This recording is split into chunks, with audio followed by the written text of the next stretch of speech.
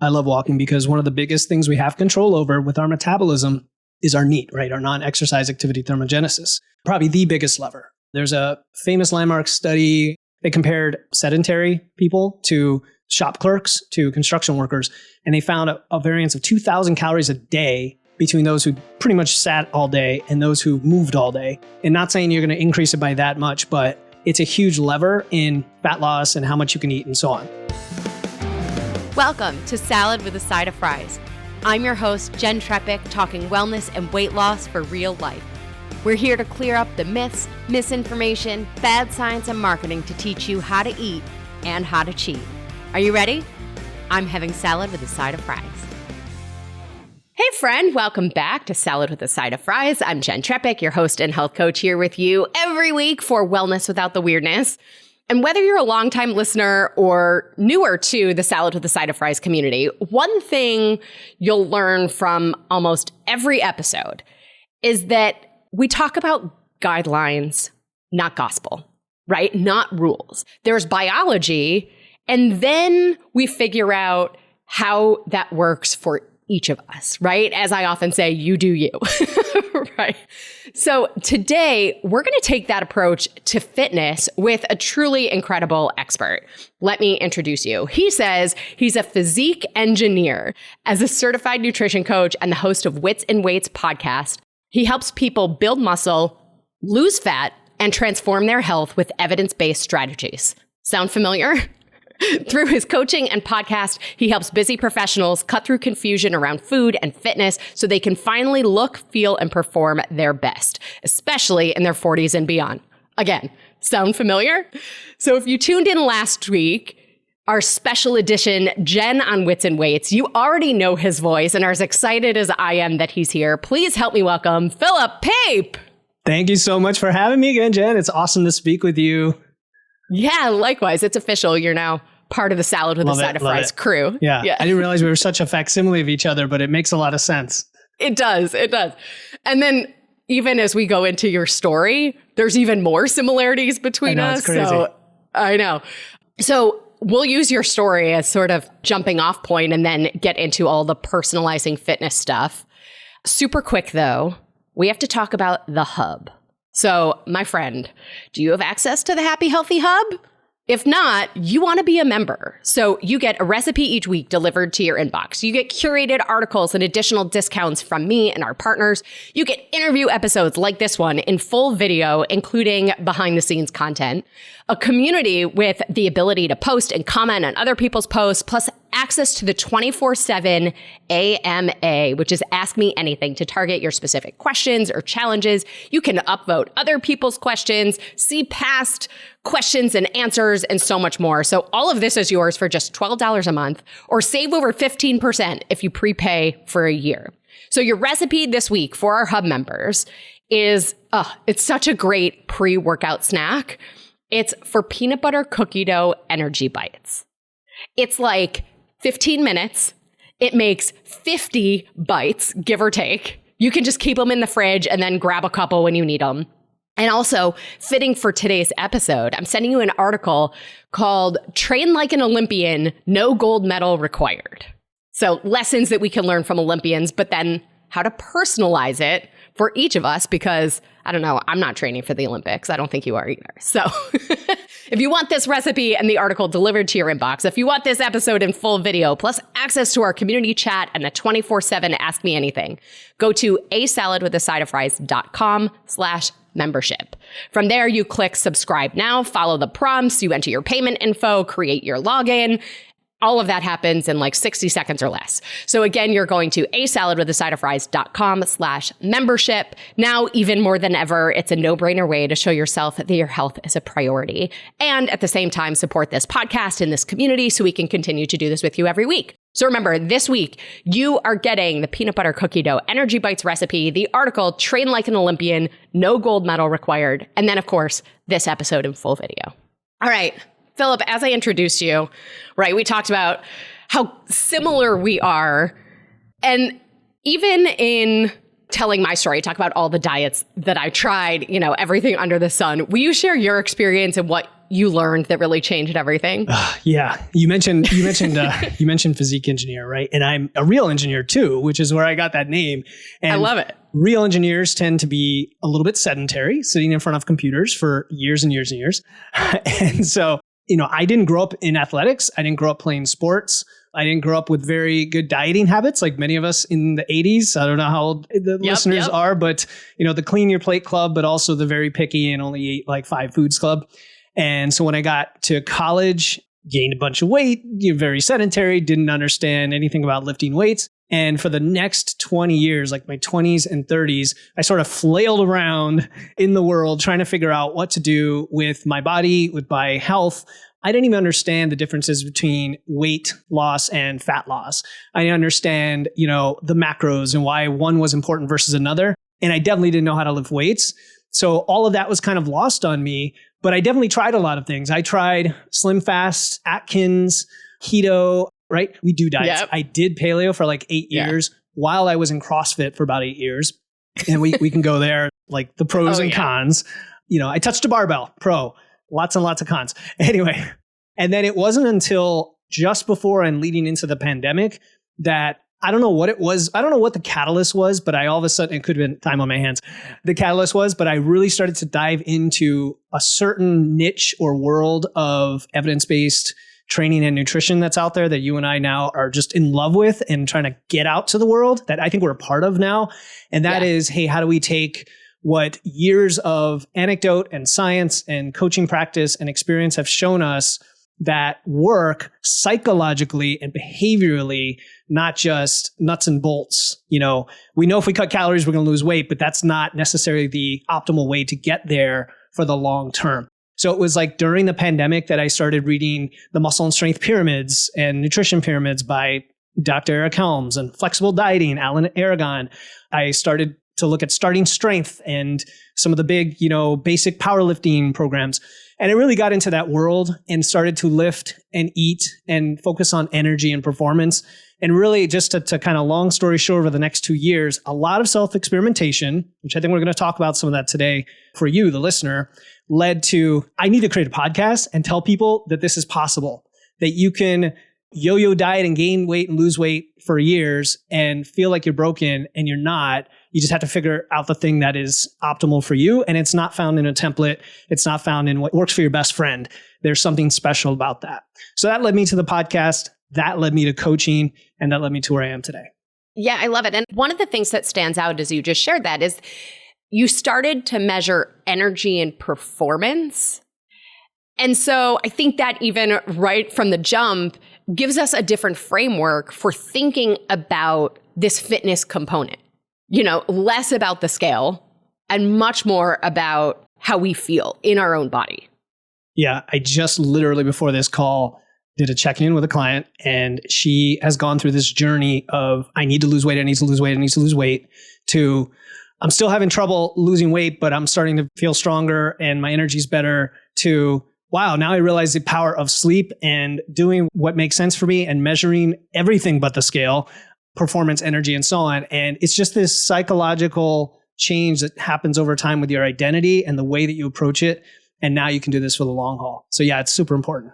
1000%. So, all right, with our focus today on personalizing fitness, I think beyond just the idea of, maybe our strength or injuries require that we have to maybe do something differently. Why is personalizing our exercise and activity so important? And I'm glad you mentioned those examples because I think the marketing in this industry suggests that everything is personalized. It suggests that. It's like you come in, you do an intake, and we personalize the program to you. And then when you go behind the curtain, you see, okay, we're going to get your demographic data. We're going to get some basic history, and we're going to give you a template that just happens to fit that data and then go with it. You're done, right? So why I think it's so important is very little people are testing and experimenting and measuring what they need to measure to close the feedback loop, which ultimately is what motivates us to move forward. Because you and I had a conversation on my podcast about consistency versus intensity and like taking that action to build momentum. Well, people don't know what to do. And then when they do something, they don't know what to measure. And then even when they measure it, they don't know how to change. So I want to talk about kind of that whole process of personalization so that people can do it the right way. Excellent. I think I have one more question before we do that process. Because to your point, everything is marketed to us as personalized, or maybe we should, as you said, adapted to you-ish, right? Ish. So let's just set the stage a second before the framework of how to do it. What are the drawbacks of, maybe some of the YouTube workouts or the resources that a lot of people are using or exploring? You mentioned also, right, not knowing what to measure, how to adapt, but are there sort of bigger pieces that maybe give people a stronger why for approaching this a different way? Sure. So we all have unique constraints and we all have unique goals. And if you told me, hey, my knee hurts and I've got hormone issues, what drug should I take? You think I'm going to give you an answer to that question? But if someone says, what workout should I do? They're like, yeah, here you go. Here's the post-40 menopausal woman with knee issue workout, right? So, there's definitely a chance of injury and actually not making progress and in fact stepping back from where you are. That's one thing. I think more psychologically is the frustration that I'm going to do another thing. I'm going to do another program, another diet, another point system. All my friends are doing it. Everybody's on Ozempic, whatever. I'm going to do it. And then it doesn't work for you, right? And you beat your head over the wall and say, I'm broken.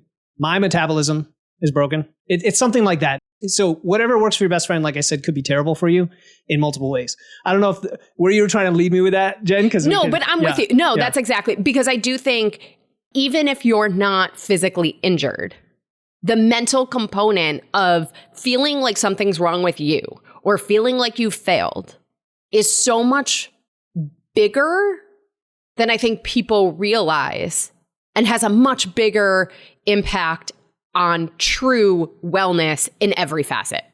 I think it's everything. Yeah. I really do. Behavior and the feedback loop and the reinforcing of I'm a hard worker and I put in the effort and I track the thing. I'm smart and I listen to podcasts and it doesn't work. And it's like, how deflating is that? Right. For sure. All right. So you're going to give us the other way to approach this, right? Walk us through it. Stay tuned for the next episode. No, I'm just kidding. Right. So I love frameworks. I love acronyms, especially as an engineer. I just think that way. And so I like the word adapt because at the end of the day, we are trying to adapt a principle to a specific method and to a person. I use those words deliberately because principles are universal. Principles are the things that, like the law of gravity, they will always work. The idea that you need some tension on your muscles so that they get bigger works for every human being, right? Unless you want to take a myostatin blocker and that's the future of medicine, you can sit down and get jacked on drugs. Fine. But that's the principle. Okay. So if we take the adapt method and we start with the A, I'm going to give you one for each. The first thing you have to do is assess. And assess is almost everything. We talked about how generic templates are personalized to you and they usually have some sort of intake. Well, you do need to have that, right? But you also have to understand what is your target? What is your goal? What does your lifestyle look like? What's your schedule, right? Can you actually get 8 hours of sleep, or are you a busy mom with 3 kids and taking care of the family? And so practically, 6.5 hours of sleep is going to be the case for the next few years. What are your food preferences? Maybe your culture is such. I have a client from Israel who's Jewish and she's like, every Friday it's a specific food culture that is what it is for her religion, right? You mentioned injury history, your training background. It's not just the history itself, but how has that history changed your body and even your mind that we now have to unravel and work with? So understanding your starting point is really important. And I think that's going to lead to some of the other steps. But what that means is collecting data coming in and then spending some time collecting more data. And so, for example, Jen, if you don't know how much protein you eat, and I tell you protein's really important. We want to increase that protein. Well, you need to know the starting point. You need to track protein for some amount of time. Somebody says you don't have enough energy, you need to track calories from some amount of time. So that's the first step. Yeah. And when it comes to assessing our capacity for activity, how do we do that for ourselves? Like going to a trainer, going to someone and doing that intake. But is there a way, I think now more than ever, people are, even still since the pandemic, at home doing these things and even trying to figure out for themselves where to start with some of that? Like, what are some things that you recommend for assessing our capacity to understand, and maybe I'm jumping ahead in this, right? But what we're capable of doing versus what it looks like to really push ourselves. We're talking about training in this case. Yeah, I have this conversation a lot because I'm a huge fan of barbell training when somebody has access to that. But I also have a lot of clients and talk to people who don't have access, or they have dumbbells or bands, or they've never lifted before. They can't even do a push-up, can't do a pull-up. A lot of women are like, I want to get my first chin up, but I don't even know how to hold the bar properly, right? And so you're saying where do you start? I think there's some basic principles about movement patterns, the way that humans move through the world, that I think take some basic education, right? You can listen to your podcast, my podcast, and understand that. But, bending down to pick things up, right? Hip hinge, pulling things off the ground, squatting, pulling and pushing. Those basic movement patterns, if assuming you don't have any massive limitation, there are videos, there are basic guidelines. You can get a book like Starting Strength, which my opinion is like the Bible on biomechanics for the lifts, and just do things without any weight or equipment or implements whatsoever in your living room. There's Megan Dahlman. She's been on my show a bunch of times. She's awesome, right? I know you're awesome too, Jen. We're all reach out to coaches and experts and figure it out that way. If you can get into a squat, if you can pick things up, if you can push things, you're capable. And if you have a limitation or you're paralyzed from the waist down, I know a gentleman, his name is Kevin McShann, who can't walk. And so he does a lot of upper body work, but he still finds a way, right?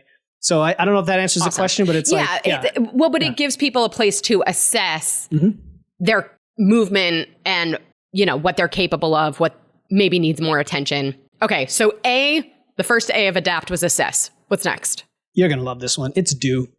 It's take the action, because I don't want to wait. I don't want to do 10 steps before you take that action. Literally listening to this podcast, guys, you're listening to Jen's show today. You can do a basic assessment and take action today with something. Whether that's, I'm going to track my meal, I'm going to increase, my protein, I'm going to find the gym that I'm going to check out, or do something at home, or whatever. So, when we talk about science and evidence, I don't want people to get confused with massive research papers and studies having to guide what you do. To me, the hierarchy of evidence is, yes, science and principle, but also coaching practice, anecdote, and personal experience, the ultimate being you, N equals 1, right? Sample size of 1. You are the one that's going to be the outlier for yourself. And so you're not going to be able to collect data until you do the thing. And so do the thing might be, okay, I'm going to do a basic full body program twice this week, or even once. Okay, I'm going to start tracking my food. Okay, I'm going to whatever. There's a bunch of things that we can track. Okay, I'm going to follow what's in weights. I'm going to start listening to this weirdo talking about fat loss and why I shouldn't care as much about the scale. So that's the second step, is just to do. I love it. Take the action. Take the action. So assess, do, analyze. Next, analyze. You got it.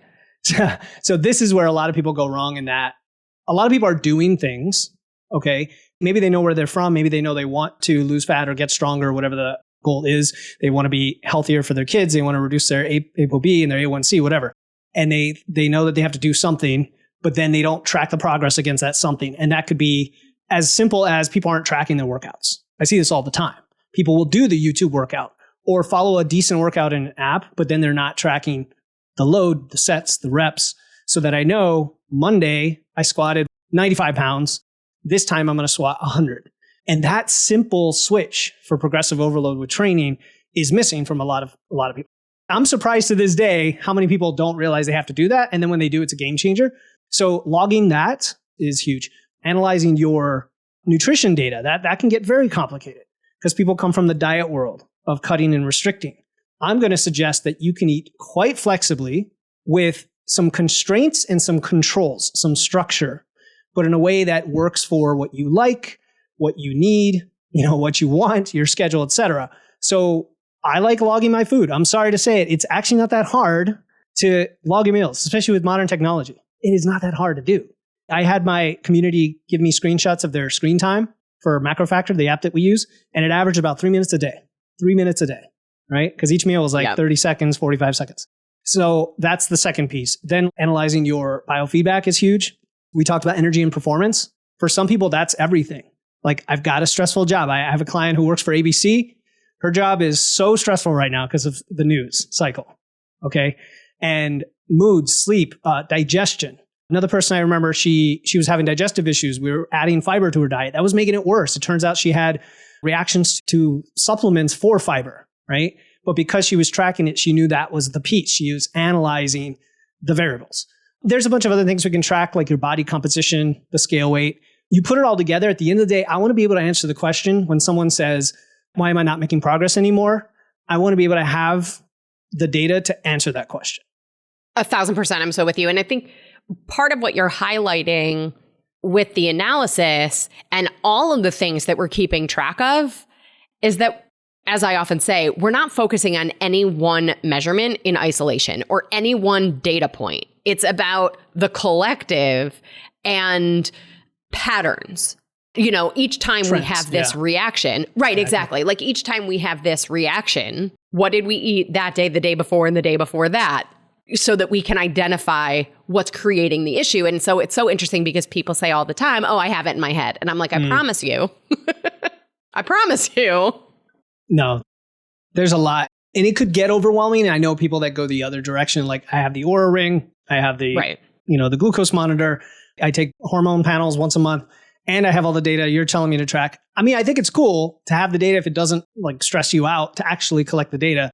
But there's always a trade-off, a middle ground, in between.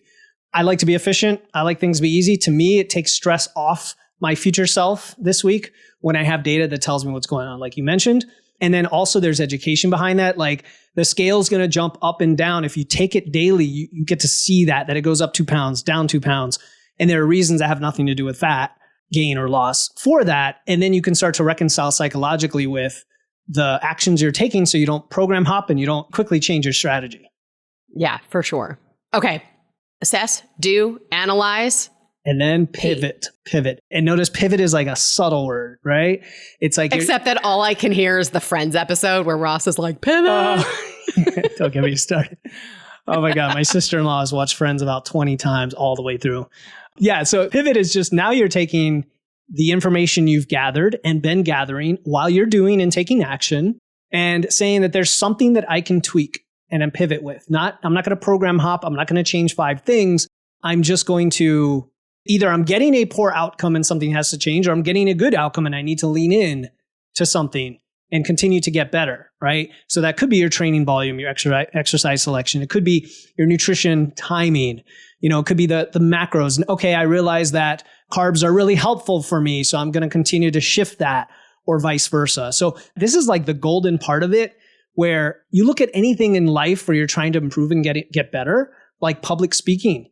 I used to be such an introvert, so scared of speaking in public for 10 years into my career. And then I joined Toastmasters where I had to speak and people told me to my face what they were hearing. And that alone was the catalyst to say, oh, okay, my awareness is jacked up. Now I can tweak that. So by you analyzing the things you're doing, having the data, now you can apply it to pivot and make informed choices. Great. And I feel like I have a whole slew of follow-up questions, so we'll come back to that. Give us the T of adapt. Okay, and the T is to test. And it's an interesting one, right? Because you would think, okay, I've applied feedback. Don't I go back to the beginning and just do? But I think each of these is a little experiment. And sometimes you don't necessarily want to go all in and change something for the long haul.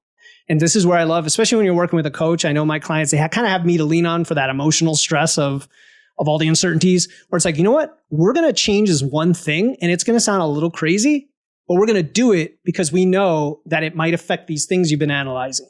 Like I mentioned, the carbs. We're not just going to go up by 20 grams. We're going to go up by 100 grams this week and test it. I'm not saying you have to do it that way, but that can be an efficient way to quickly jolt the system and see what's happening if you're able to measure it on the appropriate time scale.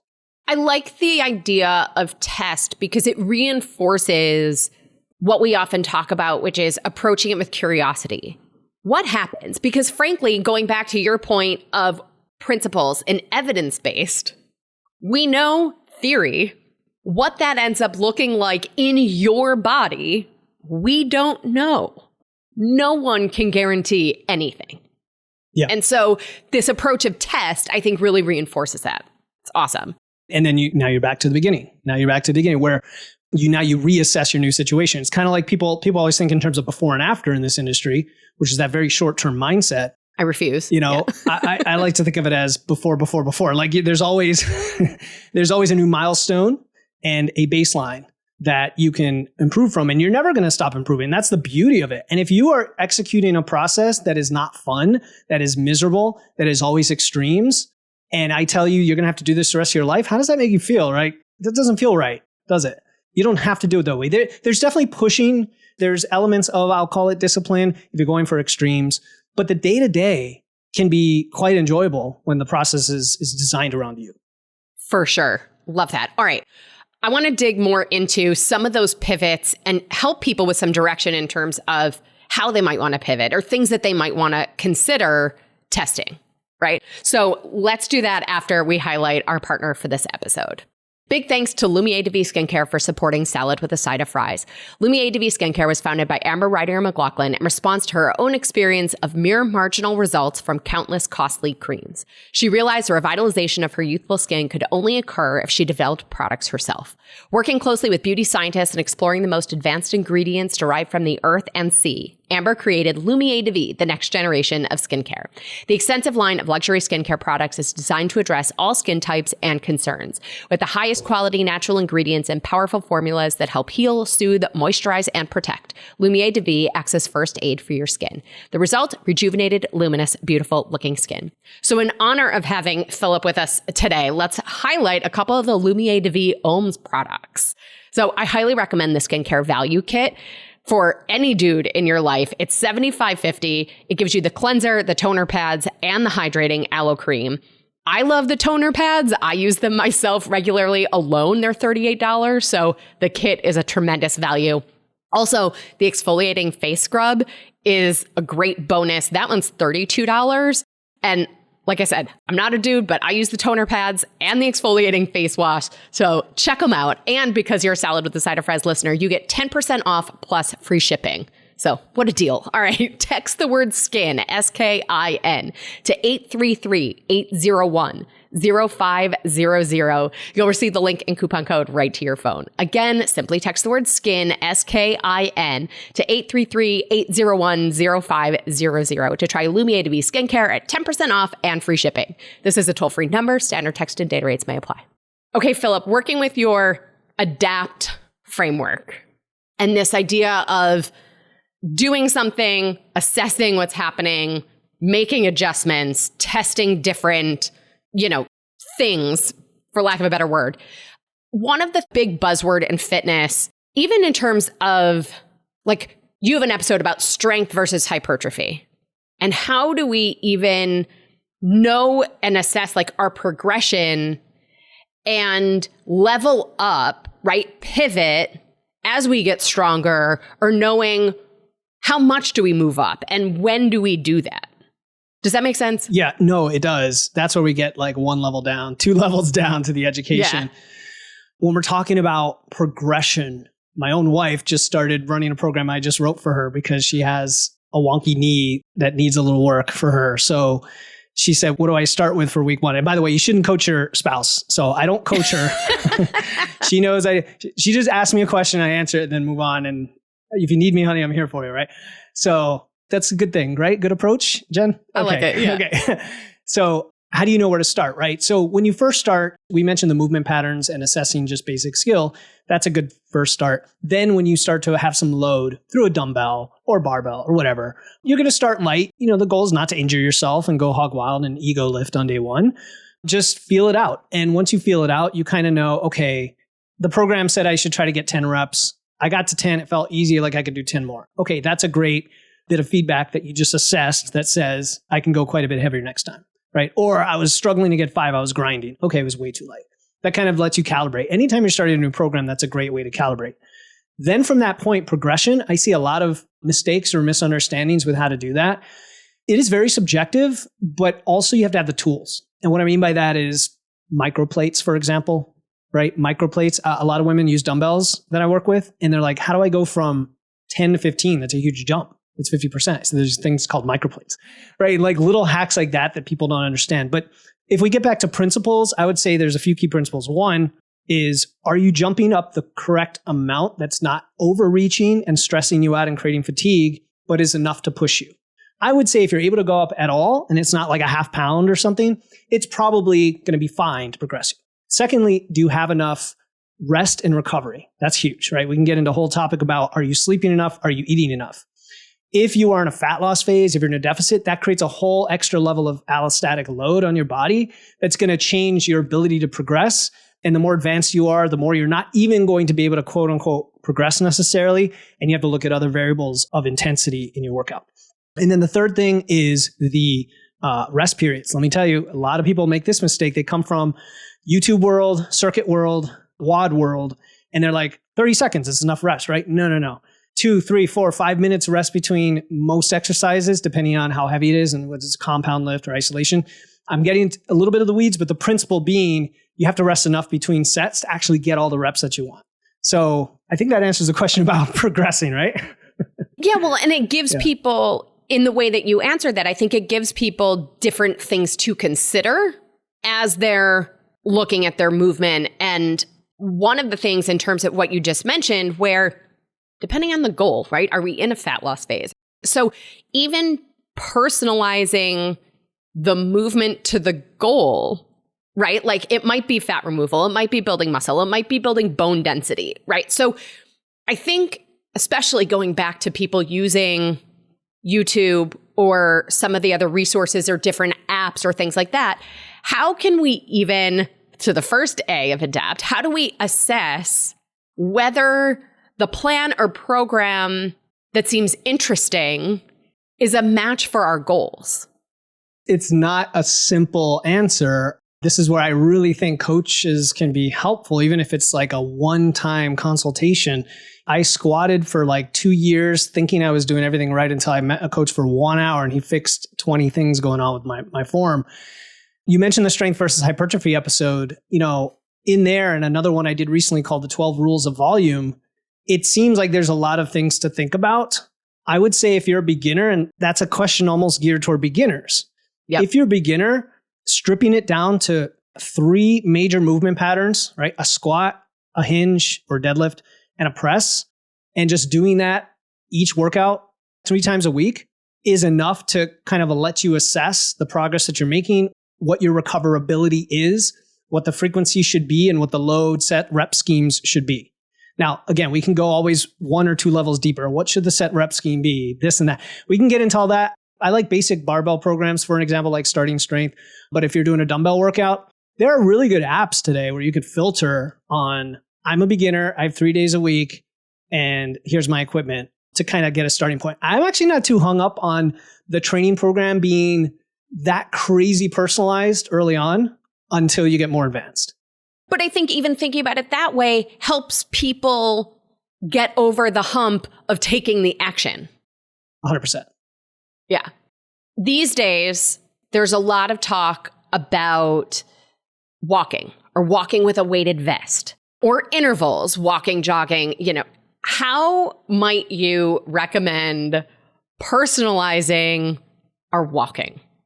I love walking because one of the biggest things we have control over with our metabolism is our NEAT, right? Our non-exercise activity thermogenesis. Probably the biggest lever. There's a famous landmark study. They compared sedentary people to shop clerks to construction workers, and they found a variance of 2,000 calories a day between those who pretty much sat all day and those who moved all day. And not saying you're going to increase it by that much, but it's a huge lever in fat loss and how much you can eat and so on. So when we look at the evidence, what does it say for basic health and mortality? We see 7,000 to 9,000 steps a day is a good target to shoot for. And I will tell you, it makes a massive difference. So if you're going to do the ADAPT framework, what do you need to assess? Not just your steps, because that's kind of the outcome. You want to assess what those steps are getting you. Well, they're probably getting you a higher metabolism. They're getting you a lower resting heart rate, right? They're getting you maybe better digestion, better blood sugar management. There's a lot of things that walking gives us. And I would put it second to strength training in terms of all the benefits for your health and your metabolism. So it's I'll say as simple as assessing where you are today. If you get 3,000 steps a day because you sit all day, what is a reasonable jump? Probably not 10,000, but it might be an extra 1,000 steps a day by going for a 10-minute walk after your lunch. It might be like an episode I recently did talking about walking snacks. It might be every half hour, walk for 2 minutes. And that, not only does that give you the steps, it actually improves your blood flow, improves your inflammation, improves your insulin sensitivity. It's insane. It's just not sitting is insane. in how beneficial it is. So I would start where you're at. I would slowly chip away and increase it. I'll give you a quick client case study. A gentleman I worked with had lifted for 20 years. Lots of muscle. If you saw him, you'd be like, I don't want to get in a fight with that guy. Beard, big guy, lawyer. And he had no problem with his lifting. That wasn't the concern. He wanted to lose a little bit of fat and he wanted to improve his health. Well, we started that. But before we even got into a fat loss phase, we said, you know what? You don't walk very much. You walk 3,000 steps a day. Let's increase that to like 6. His resting heart rate went from like 75 to about 50 in a few weeks. I mean, that's how impactful and powerful walking is. So that's the starting point. When you mentioned the weighted vest, I'll say if you're comparing it to strength training, it gets blown out of the water. There's no comparison. A weighted vest is a nice tool to make walking a little harder. And if you're worried about bone health, you got to lift weights. But if you're worried about like not dying of being sedentary, a weighted vest can help. I hate to be a little cheeky about it, but that's effectively, a weighted vest is like rucking. It's like throwing on a bag and just make it a little harder. That's my opinion. Exactly. I'm with you. And one of the things that I really appreciate about how you just explained all that and all the examples that you gave is that you also touched on, I'm going to tell everybody, go rewind and listen to this, because what you talked about was also how to personalize the schedule, how to actually make it happen and get it in, because so often we're in this space and the information coming at us isn't enough. Is it long enough? Is it hard enough? Is it sweaty enough? And when we start to look at those things versus the examples you just gave, like 2 minutes of walking each hour, that wouldn't compute in the enough category that comes at us. Oh yeah, with the stories of like, 12,000 steps a day, look at me, and it's usually an influencer that's showing them their perfect routine, which none of them actually have those routines, let's be honest. But the walking piece, look, if you're not lifting weights and you're getting, say, 6,000 steps a day, I think lifting weights is your low-hanging fruit, right? If you're lifting and eating well, but you're sedentary all day, maybe that's the low-hanging fruit. So it's all part of the system, and that's where you have to assess where you are and kind of pick the best place to start right now to be efficient. That'll give you the biggest improvement in the short term for the least amount of, I hate to say the least amount of effort, because some things are hard, but they get it you most efficiently, which for many of us, that means time. Like we want to put in the effort. I was going to say least amount of upheaval. Yeah, upheaval. There you go. Least amount of chaos and friction. Right. Yes. All right. I think I'd be remiss if I didn't ask you this question, because you have an episode, or many, where you talk about adapting to injuries and still strength training, still moving, even around the injured area. Can you speak to that a little bit? Because I hear it all the time where the injury, and sometimes rightfully so, makes people fearful. And so they back off completely. Well, I mentioned my wife. She has knee osteoarthritis. My 13-year-old just dislocated her knee yesterday because she's growing really fast. She's top heavy, grew fast, right? And so she dislocated her knee. And Ouch. Then I, had a shoulder surgery a couple of years ago. Not related to lifting, just long-term repetition. And anyway, that's not the point. So we know that use of a muscle is so important for a variety of reasons, for its healing and for injury prevention as well. Not just strength. Strength is extremely important. When we think of the shoulder girdle, how the shoulder is not even a closed system. It's got like a loose bone, the humerus, and then a socket, and they're separate. It's amazing when you look at the anatomy. And so you lift your arm up and then it kind of sits into that. The muscles are and the rotator cuff is what's helping support that, right?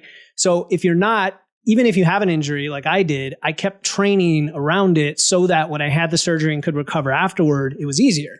Same thing with a back surgery, right? Like people get super fearful, but it actually might help to deadlift or whatever. Again, with guidance, this is not medical advice, of course. You got to, Of course, we are not here to diagnose, treat, cure, prevent any disease, ever. But there are things like blood flow and scar tissue that are huge. Scar tissue alone is probably the root of most people's long-term problems. Even when you do everything right, scar tissue can develop because you keep things immobile, like in a sling or using crutches or not using your knee. Like when you have a knee replacement, they tell you to walk right away, because scar tissue can develop. And just think of that as like really hard, almost like dead tissue in there that's tightening everything together. And unless you break it up later on with like aggressive massage or even another surgery, the best way to prevent it is to actually use it. So what I've learned from my physical therapists who are also barbell trainers is that heavy weight is not to be feared and can actually help when it comes to training through it, but you never want to do something that's painful. Like, don't do something that's just sharp pain, acute pain. Like, that's a recipe for disaster. But if you can find alternatives, I did a whole, I don't know if I did an episode about it. I might have, or it might have been in my group. I talked about all the ways you can vary a single lift to experiment and test whether this works for you. Do the assessment, do the test. You could go with a neutral grip. You can go with a narrow grip. You can use a partial range of motion, right? There's like 10 different things you can step through that are variables that you can change to see if the same exact lift can be done, but just in a slightly different way. So yeah, you should definitely train around and through healing without exacerbating, without causing pain. Awesome. All right. I want to go back to a tab of your story that's really about, during the pandemic, you build a home gym. And you've mentioned barbell and dumbbells and microplates and different kinds of equipment. And, yes, we're out of the pandemic. I do think a lot of people are still working out at home. I am. I go into a studio less often than before the pandemic, even though things are back. So what do you recommend for people building out their home gym so that they have the tools to personalize, to adapt, and improve? Yeah, I did episode 8. Crazy. Episode 8 was like years ago. And I actually re-released it not long ago because I listened to it and said, you know what, it kind of holds up. What's the principle and then what's the specific? The principle is that you want to get slowly stronger over time.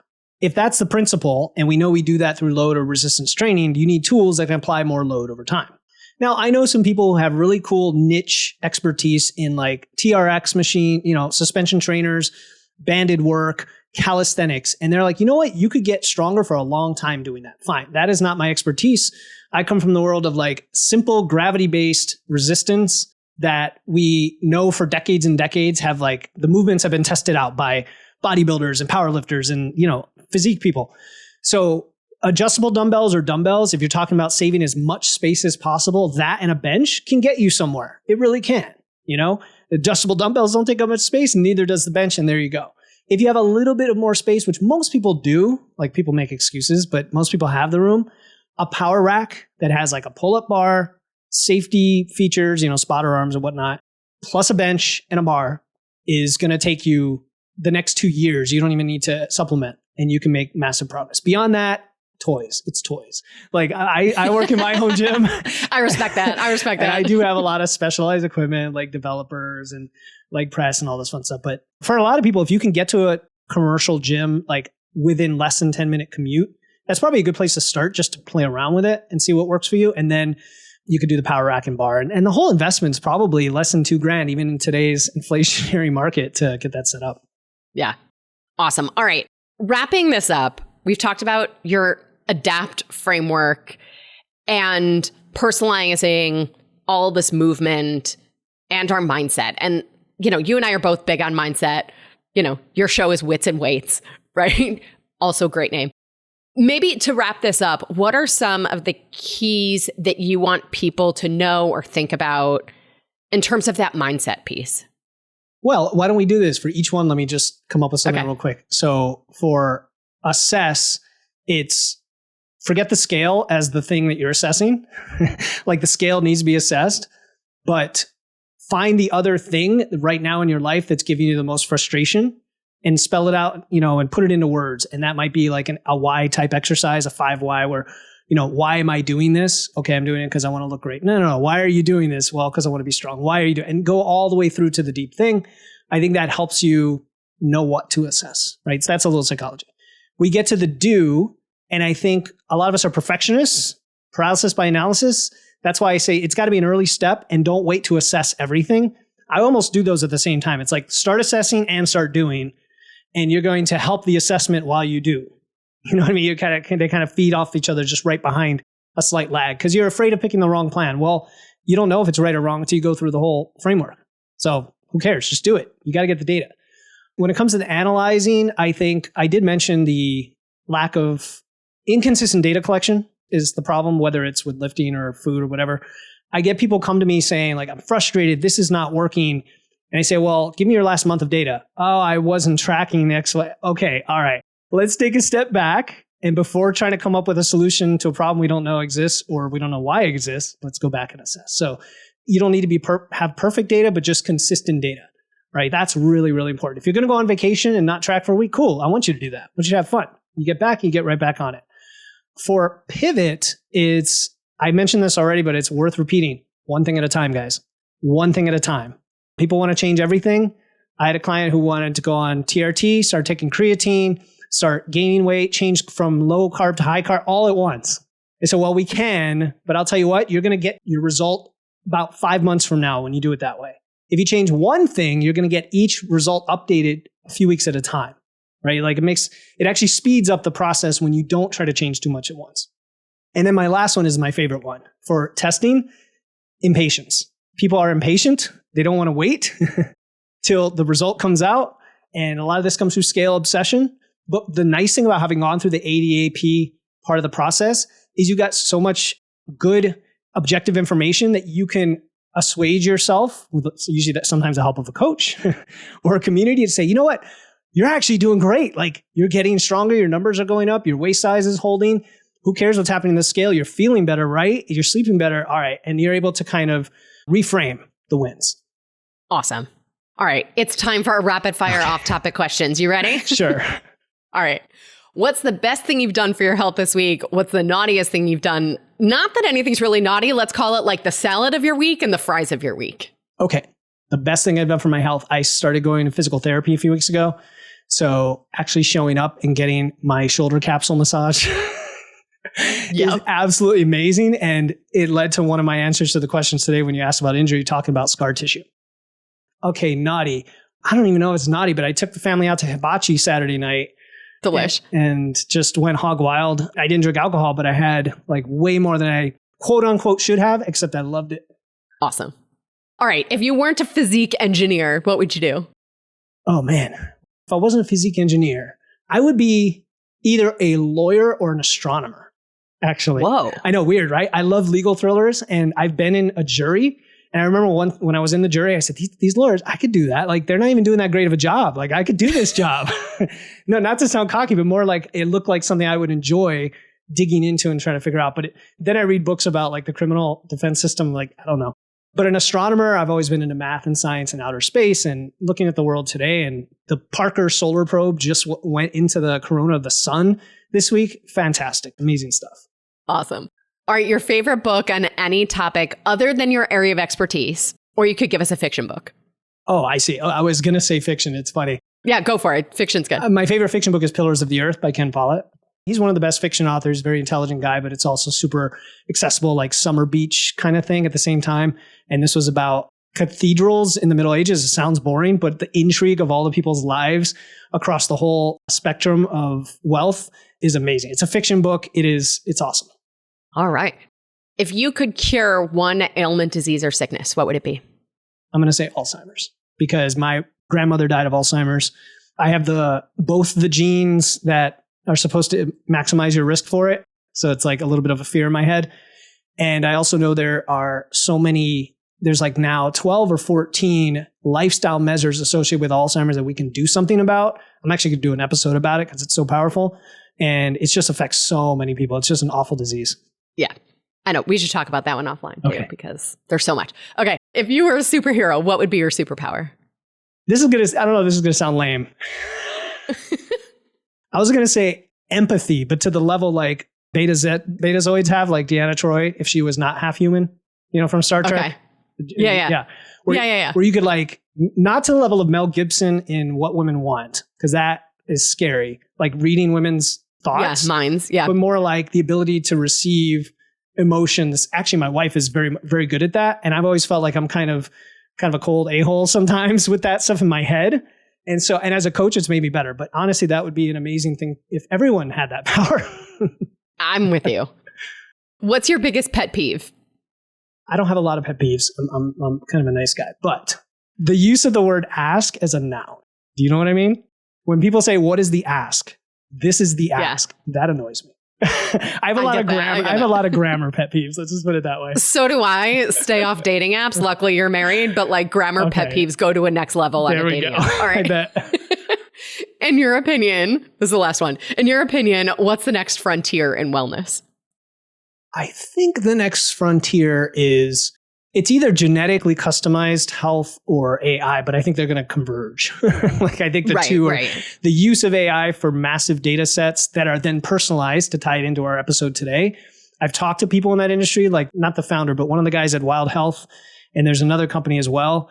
And they're doing a little bit of science and a little bit of hocus pocus with like inferring that you're a carb eater or you're a morning person. From, I don't quite buy that stuff. I don't think the evidence is there yet, but on, like I said, the Alzheimer's gene, I found out that way. It could better inform what you do. So that's just another level of personalization. For sure. Awesome. Well, Philip Pape, thank you so much for being here. Tell everybody how to connect with you, where to find your podcast, Wits and Weights, all the things. Yeah, just go to witsandweights.com or search for Wits and Weights in your app. I'm sure we'll have a link in the show notes, and you can get to all my stuff that way. I also have a group program like Jen. I'm not going to pitch it here because she's got an amazing one that sounds like the Amex Gold Card experience. I want to join it, especially those peanut butter balls. Listen, we'll do it together, right? No, for sure. And yeah, there you go. Witsandweights.com, Wits and Weights. Easy. Awesome. All right, friends. On Friday, Nutrition Nugget, we're talking about Hero Bread. Have you had it? Is that the low carb bread? Yeah. Yeah. I think I have. Yes. Okay. So I haven't had it, but I heard them advertising on podcasts that I listen to. And so I was like, all right, I see you. Let's check this out for ourselves. And in honor of August being National Sandwich Month, I figured there's no better time than now to check out their sliced bread. So friends, that will be on Friday and this week's bite-sized bonus episode. Be sure wherever you're listening, click the plus sign or the follow button, and then your app will alert you when it goes live. Well, as always, everybody, I'm your host, Jenn Trepeck. Connect with me on Instagram or all social media. I'm at Jenn Trepeck, JENN TREPECK. Website is asaladwithasideofries.com. Pick your platform, send a message. I love hearing from you. Truly makes my day every time. It's also the easiest way about learning more and to work with me as your health coach. Philip Pape, thank you again for joining us. Jenn Trepeck, thank you again for having me. Appreciate you. And friends, if you are not already, join the Happy Healthy Hub. You'll go to asaladwithasideofries.com/membership. This shows your support for this podcast, this community, and most importantly, it supports your health. On top of this week's episode and full video with behind the scenes pieces, you'll get the 24/7 Ask Me Anything and this week's recipe for the peanut butter cookie dough energy bites and the article Train Like Olympian, No Gold Medal Required. So until next week, remember, whether you're working out in your home, using a video, or doing your own thing, maybe you're participating in a fitness class, it's about personalizing each exercise and your routine as a whole so that it truly works for you, where you are at any time. Well, friends, that's it for today's episode of Salad with a Side of Fries.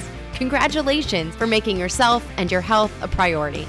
Thanks so much for joining us. Be sure to click subscribe or follow on your favorite podcast platform, share us with a friend, and we'll be back next week. Always remember, you deserve it and you are worth it. Happy healthy.